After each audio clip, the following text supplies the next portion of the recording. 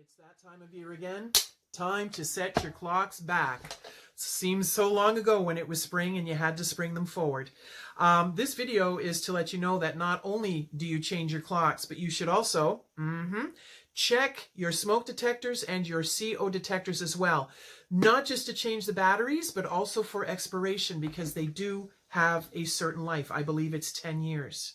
You see, unless the things are hardwired, into the system, the batteries do eventually go. And how many times has this happened to you? Oh, it's chirping. Yeah, I got to change the battery. It sort of falls by the wayside. Chirping eventually stops. The batteries are dead, and then you've forgotten to change them, and you're left unprotected. So that plus, after whatever the life is, 10 years for some of them, they may cease to work properly. So here's the thing where my job comes in.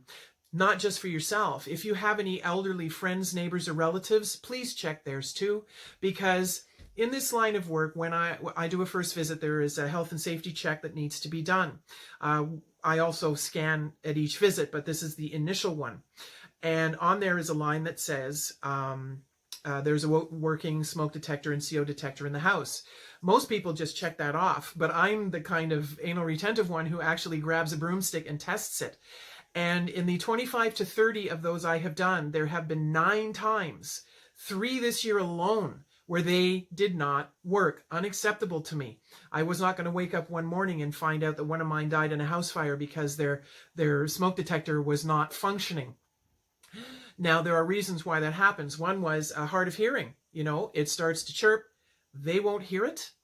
And then eventually it dies. But for the hard of hearing, it's good to have one with a light as well.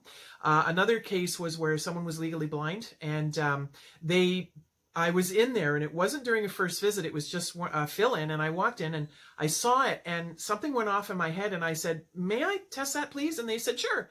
And it didn't go off. And they said, "Well, gee, I just put a battery in." Well, they did technically put a battery in, but they failed to snap it into place. They could not see the writing to tell them to do that. So I like to say I averted 9 disasters doing that. So yes, if you have any elderly friends, neighbors, or relatives, please check theirs too, change their batteries. The batteries may still be fine. You can use them somewhere else, but just to ensure that they have fresh ones. And if they are expired, please get them new ones. Okay? Anyway, that's it for this video. Stay healthy, stay safe, and help avoid disaster.